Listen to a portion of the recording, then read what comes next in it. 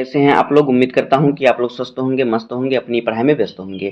दोस्तों आज के वीडियो में हम क्लास 12 फिजिक्स के पूरे किताब से 5 नंबर वाले मात्र 17 इंपॉर्टेंट क्वेश्चन को बताऊंगा, जहां से आपके लगभग से 35 नंबर कन्फर्म हो जाएंगे। तो आज का वीडियो आपके लिए मोस्ट इंपॉर्टेंट है। जितने क्वेश्चन बताऊंगा बस आपको इतना ही पढ़ना है, क्योंकि ये सभी क्वेश्चन हमारे बोर्ड एग्जाम में हर साल पूछे जाते हैं, घुमा घुमा के आता है हमेशा। तो उम्मीद करता हूं कि आपको वीडियो पसंद आएगा। अगर आपको वीडियो पसंद आए तो वीडियो को लाइक कर दीजिएगा, चैनल पर नए सब्सक्राइब कर दीजिए, बेल आइकन को प्रेस कर दीजिए, क्योंकि बोर्ड एग्जाम के हर इंपॉर्टेंट टॉपिक का वीडियो आपको चैनल पर डेली मिलता रहेगा। तो आइए वीडियो को स्टार्ट करते हैं। जिस प्रकार से आप सपोर्ट कर रहे हैं ऐसे ही सपोर्ट करते रहिए। आइए वीडियो को स्टार्ट करते हैं। देखिए पहला क्वेश्चन हमारा क्या है, यहाँ पे देखिए पहला क्वेश्चन हमारा है। देखिए क्या है, कह रहा है कि वैद्युत फ्लक्स की परिभाषा दीजिए, यानी वैद्युत फ्लक्स को परिभाषित कीजिए, परिभाषा दीजिए तथा उसका मात्रक बताइए। गॉस के नियम की सहायता से एक समान आवेशित पतले गोलीय खोल के बाहर वैद्युत क्षेत्र की तीव्रता का सूत्र स्थापित कीजिए। तो ये देखिए हमारे 5 नंबर वाले क्वेश्चन हैं, जो कि बहुत ही इंपॉर्टेंट है हमारे बोर्ड एग्जाम के लिए। तो इसको आपको तैयार करना है। वैद्युत फ्लक्स की परिभाषा, उसका मात्रक और गॉस के नियम की सहायता से एक समान आवेशित पतले गोलीय खोल के बाहर वैद्युत की तीव्रता का क्या करना है, सूत्र स्थापित करना है, डेरिवेशन आपको करना है, जहां से आपका मिलेगा 5 नंबर। तो ये क्वेश्चन बहुत ही इंपॉर्टेंट है। उसके बाद देखिए दूसरा क्या है। अगला क्वेश्चन हमारा है कि समांतर प्लेट संधारित्र की धारिता के लिए व्यंजक प्राप्त कीजिए, जबकि प्लेटों के बीच परावैद्युत पदार्थ भरा हो। संधारित्र की धारिता किन किन बातों पर निर्भर करती है। यहाँ पे देखिए हमें 3 क्वेश्चन एक ही क्वेश्चन में पूछा हुआ है, जहां से आपको मिलेंगे 5 नंबर। देखिए क्या कह रहा है कि समांतर प्लेट संधारित्र की धारिता के लिए व्यंजक स्थापित कीजिए, डेरिवेशन करना है। इस पर आपको देगा 2 नंबर। और फिर कह रहा है जबकि प्लेटों के बीच परावैद्युत पदार्थ भरा हो तो संधारित्र की धारिता किन किन बातों पर निर्भर करती है, आपको इस पर 3 नंबर देगा। इस प्रकार से आपको 5 नंबर यहाँ से मिलेगा। तो ये भी क्वेश्चन बहुत ही इंपॉर्टेंट है, जो हमारे बोर्ड एग्जाम में आने के लिए ये क्या है, 5 नंबर की औकात रखता है। उसके बाद देखिए तीसरा क्वेश्चन क्या है। तीसरा क्वेश्चन है कि वैद्युत परिपथ के लिए किरचॉफ के नियमों का उल्लेख कीजिए और इनका क्या परिपथ बनाकर समझाइए। वैद्युत परिपथ के लिए किरचॉफ के नियम का आपको उल्लेख करना है, किरचॉफ के नियम बताना है और इसको परिपथ बनाकर क्या करना है, समझाना है। परिपथ यानी चित्र बनाकर समझाना है। उसके बाद देखिए अथवा करके दिया है कि किरचॉफ के नियम को परिपथ चित्र बनाकर समझाइए। आपको एक ही क्वेश्चन कितनी तरीके से पूछेगा। एक है इसमें देखिए आपको ऊपर इस प्रकार से पूछेगा कि वैद्युत परिपथ के लिए किरचॉफ के नियम का उल्लेख कीजिए और इनका परिपथ बनाकर समझाइए। उसके बाद है अथवा किरचॉफ नियम को परिपथ, यहाँ पर रहेगा परिपथ चित्र बनाकर समझाइए, अथवा किरचॉफ का नियम लिखिए, अथवा किरचॉफ का धारा का नियम बताइए तथा धारा के लिए क्या है, चिन्ह प्रपाटी भी बताइए। तो देखिए एक ही क्वेश्चन आपको 4 प्रकार से पूछ सकता है, तो ये आपके 5 नंबर में पूछेगा। चारों में से किसी प्रकार से पूछ सकता है, इसलिए आपको ये क्वेश्चन तैयार करना बहुत ही जरूरी है। बहुत ही इंपॉर्टेंट ये क्वेश्चन है आपके बोर्ड एग्जाम के लिए, तो इसको भी आपको तैयार करना है। अगर आपको इन सभी क्वेश्चनों का आंसर नहीं मिल रहा है, आपको नहीं समझ में आ रहा है, तो आप कमेंट बताइएगा, इसका सोल्यूशन मैं बताऊंगा। उसके बाद देखिए अगला क्वेश्चन क्या है। अगला क्वेश्चन जो कि बहुत ही इंपॉर्टेंट है, कह रहा है कि एम्पियर का परिपथीय नियम लिखिए। एम्पियर के परिपथीय नियम का उपयोग करके एक अनंत लंबाई के सीधे धारावाही चालक के कारण उत्पन्न चुंबकीय क्षेत्र का सूत्र स्थापित कीजिए। ये भी हमारा डेरिवेशन है, जो कि 5 नंबर की औकात रखता है। तो इसको भी आपको तय करना है। जो एम्पियर का परिपथीय नियम है ये तो हर साल बोर्ड एग्जाम में पूछता है, इसको आपको जरूर से जरूर तैयार करके ही बोर्ड एग्जाम में जाना है। उसके बाद देखिए अगला क्वेश्चन हमारा है कि चल कुंडली धारा मापी का सिद्धांत क्या है। इसका एक स्वच्छ नामांकित चित्र बनाइए और फिर देखिए धारा मापी के सुग्राहिता कैसे बढ़ाई जाती है। जो धारा मापी होती है उसकी सुग्राहिता कैसे बढ़ाई जाती है, इसको बताना है। तो ये भी देखिए ये भी क्वेश्चन हमारा 5 नंबर का है। तो जितने मैं क्वेश्चन आज आपको बताऊंगा उतना क्वेश्चन अगर आप तैयार कर लेंगे तो आपको 5 नंबर वाले क्वेश्चन में कोई दिक्कत नहीं होगी।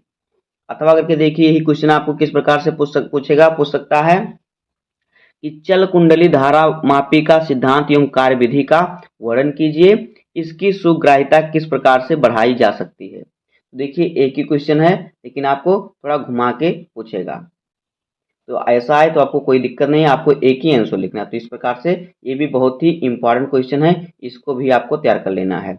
उसके बाद देखिए यही क्वेश्चन एक तरीके से और पूछ रहा है, यहाँ पे देखिए कह रहा है कि चल कुंडली धारा मापी की धारा सुग्राहिता को समझाइए, इसे प्रभावित करने वाले कारकों का उल्लेख कीजिए, धारा मापी को वोल्ट मीटर के रूप में आप कैसे प्रयुक्त करेंगे। तो देखिए इसी क्वेश्चन को 3 तरीके से यहाँ पे पूछा है, तो आपको क्या करना है, इसको जरूर से जरूर याद करना है, क्योंकि ये बहुत ही इंपॉर्टेंट है। ये भी क्वेश्चन आपका 5 नंबर की औकात रखता है। उसके बाद देखिए अगला क्वेश्चन है, विद्युत चुंबकीय प्रेरण से आप क्या समझते हैं? विद्युत चुंबकीय प्रेरण संबंधी फैराडे का नियम बताइए। तो देखिए फैराडे का नियम जो है ये भी बहुत ही इंपॉर्टेंट है, क्योंकि जितने इंपॉर्टेंट क्वेश्चन है उन्हीं सबको हमने यहाँ पे लिया है। तो ये सभी 5-5 नंबर के हैं, तो ये भी क्वेश्चन आपका 5 नंबर का, तो इस क्वेश्चन को भी आपको तैयार कर लेना है। जितने क्वेश्चन मैं बता रहा हूँ सभी को आपको तैयार करना है, चाहे जैसे आपको तैयार करना है। आगे देखिए अगला क्वेश्चन है कि अनुनादी परिपथ से क्या तात्पर्य है? श्रेणी अनुनादी परिपथ बनाइए तथा अनुनादी की स्थिति में आवृत्ति के लिए सूत्र निगमित कीजिए। देखिए यहाँ पे सूत्र का निगमन करना है, किसके लिए? अनुनादी परिपथ के लिए। अनुनादी परिपथ से क्या तात्पर्य इसको बताना है।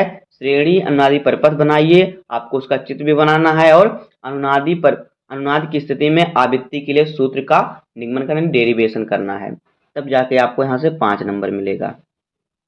देखिए इसी प्रकार से इसी क्वेश्चन को किस प्रकार से पूछ सकता है, देखिए श्रेणी अनुनादी परिपथ की सहायता से अनुनादी आवृत्ति का व्यंजक प्राप्त कीजिए। देखिए वही क्वेश्चन है लेकिन यहाँ पे घुमा के पूछा है, तो आपको क्या करना है, इस प्रकार के क्वेश्चनों को आपको जरूर से जरूर पढ़ लेना है, कंफ्यूज नहीं होना, जरूर से इसको पढ़ना है, क्योंकि सभी बहुत ही इंपॉर्टेंट हैं। आगे देखिए इसी क्वेश्चन को देखिए एक तरीके से और पूछ सकता है। यहाँ पे देखिए आपको पूछ सकता है कि अनुनादी परिपथ से क्या तात्पर्य है? LCR श्रेणी अनुनादी परिपथ के लिए आवश्यक प्रतिबंध तथा अनुनाद की स्थिति में आवृत्ति का व्यंजक प्राप्त कीजिए, व्यंजक लिखिए। तो आपको यहाँ पे सूत्र लिखना है। ये भी क्वेश्चन आपका 5 नंबर का है। यहाँ पे देखिए पूछा कह रहा है अनुनादी परिपथ से क्या तात्पर्य है, और LCR की श्रेणी अनुनादी परिपथ के लिए आवश्यक प्रतिबंध तथा अनुनाद की स्थिति में आपको क्या करना है, आवृत्ति का व्यंजक प्राप्त करना है। किसकी स्थिति में? प्रतिबंध और अनुनाद की स्थिति में। तो ये भी 5 नंबर क्वेश्चन है, ये भी बहुत ही इंपॉर्टेंट क्वेश्चन है आपका। तो देखिए एक ही क्वेश्चन आपको 4 तरीके से यहाँ पे पूछ रहा है। उसके बाद देखिए यही क्वेश्चन किस तरह से पूछ सकता है, आपको पूछ सकता है कि श्रेणीबद्ध LCR अनुनादी परिपथ की व्याख्या कीजिए। तो ये भी आपका 5 नंबर क्वेश्चन होगा, तो इसको भी आपको सूत्र प्राप्त करना होगा, और क्या करना है, आपको अनुनादी परिपथ बताना होगा। ये भी बहुत ही इंपॉर्टेंट है। उसके बाद देखिए अगला क्वेश्चन क्या है, अगला क्वेश्चन हमारा है कि ट्रांसफार्मर का सिद्धांत क्या है? उच्चयी तथा अपचयी ट्रांसफार्मर में अंतर स्पष्ट कीजिए, ट्रांसफार्मर में ऊर्जा हानि के कारण का उल्लेख कीजिए। तो देखिए यहाँ पे आपको एक ही क्वेश्चन में 3 क्वेश्चन कर रहा है, कह रहा है कि ट्रांसफार्मर का सिद्धांत लिखिए, जिस पर आपको देगा 2 नंबर। उसके बाद उच्चयी तथा अपचयी ट्रांसफार्मर में अंतर बताइए, इस पर 2 नंबर, और ट्रांसफार्मर में ऊर्जा हानि के कारण बताइए, इस पर 1 नंबर। इस प्रकार से आपको देगा इस क्वेश्चन पर 5 नंबर। तो ये भी बहुत ही इंपॉर्टेंट क्वेश्चन है। जो ट्रांसफार्मर का सिद्धांत होता है ये हमेशा पूछा जाता है। तो देखिए इसी क्वेश्चन को एक प्रकार से और पूछ सकता है कि ट्रांसफार्मर का सिद्धांत क्या है, इसकी कार्यविधि का वर्णन कीजिए। तो ये क्वेश्चन बहुत ही इंपॉर्टेंट है, तो इसको इस प्रकार से आपको तैयार कर लेना है। दोनों क्वेश्चन का आंसर एक ही होगा, तो ये भी बहुत ही इंपॉर्टेंट क्वेश्चन है। ये क्वेश्चन भी 5 नंबर की औकात रखने वाले क्वेश्चन है। उसके बाद देखिए अगला क्वेश्चन क्या है, अगला क्वेश्चन हमारा है कि एम्पियर का परिपथीय नियम, एम्पियर का नियम क्या है? एम्पियर के मैक्सवेल का संशोधित नियम बताइए। यहाँ पे देखिए मैक्सवेल का नियम पूछ रहा है, तथा इसकी सहायता से विस्थापन धारा समझाइए।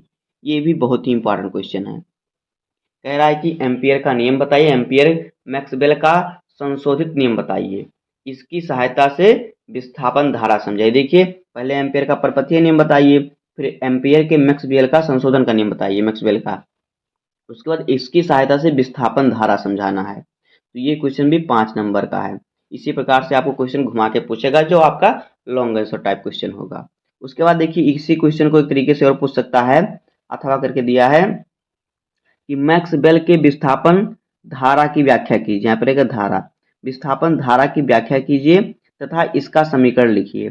इसके इसके इसके चालन धारा के बीच क्या कर रहा है, आप देखिए यहाँ पे कर रहा है, इसके चालन धारा के बीच स्थित एवं चालन धारा के बीच कालांतर कितना होगा। यानी यहाँ पे देखिए विस्थापन है, विस्थापन और चालन धारा के बीच इसमें क्या अंतर होगा, समय क्या अंतर होगा। देखिए इसी प्रकार से आपका क्वेश्चन है। उसके बाद देखिए इसी क्वेश्चन को अथवा करके एक प्रकार से और पूछ सकता है। देखिए कह रहा है कि विस्थापन धारा की सार्थकता की विवेचना कीजिए तथा इसके और बालन धारा, यहाँ पर रहेगा चालन, इसके और चालन धारा के बीच कालांतर ज्ञात कीजिए। उसके बाद अथवा करके देखिए किस प्रकार से ये क्वेश्चन पूछ सकता है कि विस्थापन धारा से क्या तात्पर्य है, संशोधित एम्पीयर नियम का समीकरण लिखिए। देखिए एम्पीयर का नियम आपके लिए बहुत ही इंपॉर्टेंट है आपके बोर्ड एग्जाम के लिए, तो इसको जरूर तैयार कीजिएगा।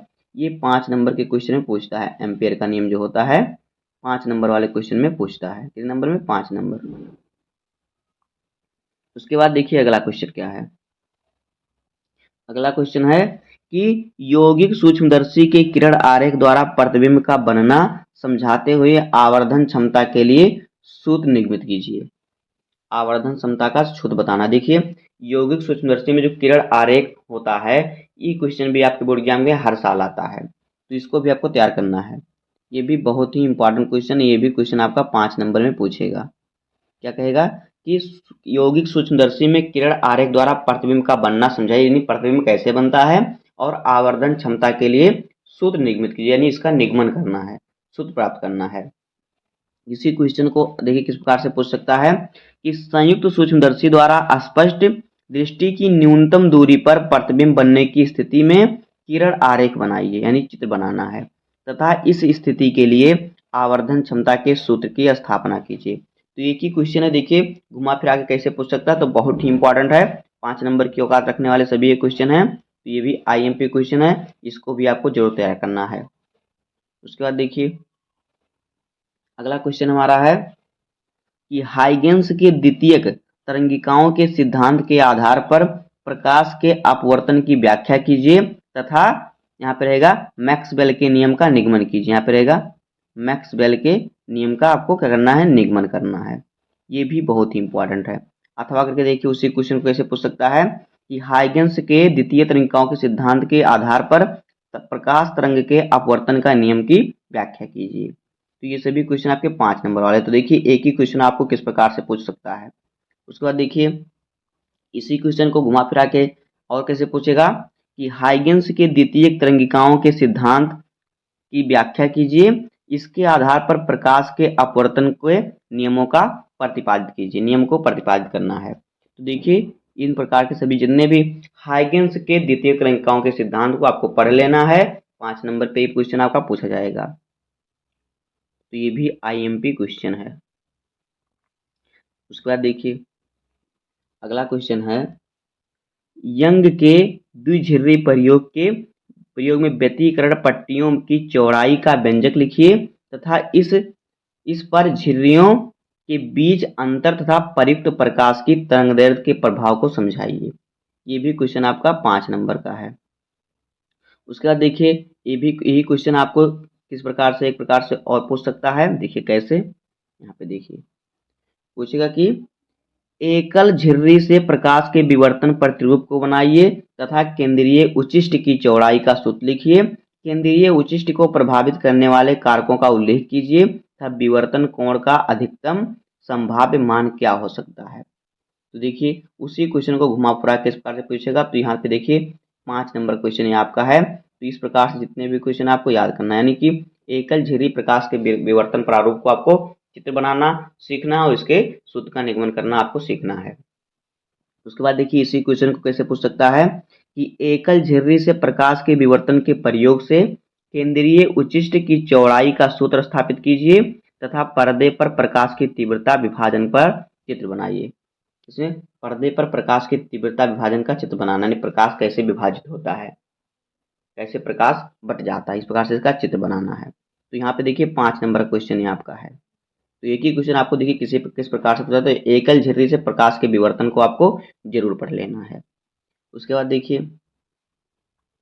अगला क्वेश्चन है कि डी ब्रोंगली द्रव्य तरंग क्या है? इनके प्रमुख गुणों का उल्लेख कीजिए। कण, प्रोटॉन तथा इलेक्ट्रॉन की गतिज ऊर्जा समान है। यहाँ पे देखिए किस कण से संबद्ध डी ब्रोगली तरंगदैर्घ्य अधिकतम होगी और क्यों? यहाँ पे किस तरंग, देखिए किस कण से कह रहा है कि किस कण से संबंध डी ब्रोंगली तरंगदैर्घ्य सबसे अधिक होगी और क्यों अधिक होगी, इसको बताना है। देखिए ये भी बहुत ही इंपॉर्टेंट क्वेश्चन है, आईएमपी क्वेश्चन है डी ब्रोंगली वाला, ये भी बहुत पूछता है। उसके बाद देखिए अगला क्वेश्चन है कि बोहर के परमाणु मॉडल के आधार पर सिद्ध कीजिए कि परमाणु की अस्थायी कक्षाओं की त्रिज्याएं मुख्य क्वांटम, यहाँ पर रहेगा मुख्य क्वांटम, यहाँ पर रहेगा देखिए जहाँ क्वांटम लिखा पर रहेगा क्वांटम, मुख्य क्वांटम संख्या के वर्ग के अनुक्रमानुपाती होती है। ये भी क्वेश्चन बहुत ही इंपॉर्टेंट है जो कि 5 नंबर की औकात रखता है। उसका देखिए इसी क्वेश्चन को किस प्रकार से पूछ सकता है कि हाइड्रोजन के परमाणु के लिए बोहर की परिकल्पनाएं लिखिए। सिद्ध कीजिए कि हाइड्रोजन परमाणु की कक्षीय त्रिज्या r मुख्य क्वांटम संख्या n के वर्ग के अनुक्रमानुपाती होता है। तो देखिए एक ही क्वेश्चन आपको दो तरीके से पूछ सकता है, तो इस क्वेश्चन को आपको जरूर से तैयार करना है। ये भी बहुत ही इंपॉर्टेंट क्वेश्चन है आपके बोर्ड एग्जाम के लिए, जो कि 5 नंबर का क्वेश्चन पूछा जाता है। उसके बाद देखिए अगला क्वेश्चन है कि बोर की क्वांटीकरण अभिगृहित क्या है? इसका स्पष्टीकरण डी ब्रोंगली द्वारा कैसे किया गया है? बोर के परमाणु मॉडल की कमियां क्या हैं? तो देखिए बोर के परमाणु मॉडल की कमियां और रदरफोर्ड के परमाणु मॉडल की कमियां आपके बोर्ड एग्जाम के लिए मोस्ट इंपॉर्टेंट है, तो इसको आपको जरूर तैयार कर लेना। ये भी बहुत ही इंपॉर्टेंट क्वेश्चन है, जितने भी बता रहा हूँ क्वेश्चन सभी को आप तैयार कर लीजिएगा तो आपको 5 नंबर वाले क्वेश्चन में कोई दिक्कत नहीं होगी। उसका देखिए अगला क्वेश्चन है कि नाभिकीय विखंडन तथा नाभिकीय संलयन में क्या अंतर है? प्रत्येक का एक उपयुक्त उदाहरण की सहायता से समझाइए। दोनों घटनाओं में नाभिकीय ऊर्जा क्यों निर्गत होती है? यानी दोनों घटनाओं में नाभिकीय ऊर्जा निर्गत क्यों होती है, इसका कारण भी बताना है। तो ये भी बहुत ही इंपॉर्टेंट क्वेश्चन है, नाभिकीय विखंडन और नाभिकीय संलयन में अंतर। तो इसको आपको जरूर तैयार करना है। ये देखिए पिछले साल भी पूछा गया था। आगे देखिए अगला क्वेश्चन है कि बंधन ऊर्जा परत न्यूक्लियॉन का द्रव्यमान संख्या के साथ परिवर्तन को दर्शाइए था। इसके आधार पर निम्नलिखित को स्पष्ट कीजिए। नाभिकीय विखंडन, नाभिकीय संलयन और नाभिकीय ऊर्जा। देखिए बंधन ऊर्जा परत न्यूक्लियॉन का द्रव्यमान संख्या के साथ परिवर्तन को दर्शाना है और इसके आधार पर आपको बताना है नाभिकीय विखंडन, नाभिकीय संलयन और नाभिकीय ऊर्जा। तो ये बहुत ही इंपॉर्टेंट क्वेश्चन है, ये भी क्वेश्चन आपका 5 नंबर का क्वेश्चन है। तो ये भी क्वेश्चन देखेंगे आप पेपर उठा के तो पिछले साल ये भी पूछा गया था। उसके बाद देखिए इसी क्वेश्चन को कैसे पूछ सकता है और तरीके से देखिए आपको पूछ सकता है कि नाभिक की बंधन ऊर्जा का अर्थ समझाइए। नाभिक की बंधन ऊर्जा परत न्यूक्लियॉन का द्रव्यमान संख्या पर निर्भरता लिखिए। तो इस प्रकार से भी पूछ सकता है इसी क्वेश्चन को, तो आपको इस क्वेश्चन को जरूर से जरूर तैयार कर लेना है क्योंकि ये बहुत ही इंपॉर्टेंट है। उसके बाद देखिए अगला क्वेश्चन है कि पी एन संधि डायोड का पूर्ण तरंग दृष्टिकारी परिपथ आरेख खींचिए तथा इसकी कार्यविधि का उल्लेख कीजिए। पी एन संधि डायोड को आपको पक्का तैयार कर लेना, ये भी बहुत ही इंपॉर्टेंट है। तो देखिए पी एन संधि डायोड का क्वेश्चन आपको किस प्रकार से बोर्ड एग्जाम में पूछता है। देखिए एक तरीका तो ये हो गया और दूसरा तरीका देखिए किस प्रकार से आएगा। पी एन संधि डायोड का उपयोग करके पूर्ण तरंग दृष्टिकारी का परिपथ आरेख खींचिए। निवेशी और निर्गत वोल्टताओं के तरंग रूपों को बताते हुए इसकी कार्यविधि यानी कि क्रिया विधि समझाइए। तो इन दोनों प्रकार में से आपको किसी प्रकार से क्वेश्चन पूछे तो उत्तर आपका वही होगा। तो ये भी क्वेश्चन आपका 5 नंबर का है, तो इसको भी आप जरूर से जरूर तैयार कर लीजिएगा। तो देखिए दोस्तों इतना ही आपको 5 नंबर वाला क्वेश्चन तैयार करना है। 5 नंबर वाले क्वेश्चन आपके यहीं से आते हैं। तो उम्मीद करता हूँ आपको वीडियो पसंद आया होगा। अगर आपको इसका सोल्यूशन चाहिए तो कमेंट में बताइएगा, इसका सोल्यूशन भी आपको मिल जाएगा। उम्मीद करता हूँ कि आपको वीडियो पसंद आया होगा। अगर आपको वीडियो पसंद आए तो वीडियो को लाइक कर दीजिए, चैनल पे नए हैं तो सब्सक्राइब कर दीजिए, बेल आइकन को प्रेस कर दीजिए क्योंकि बोर्ड एग्जाम के हर इंपॉर्टेंट टॉपिक का वीडियो आपको इस चैनल पर डेली मिलता रहेगा। तो मिलते हैं किसी नेक्स्ट वीडियो में, तब तक के लिए धन्यवाद। जय हिंद।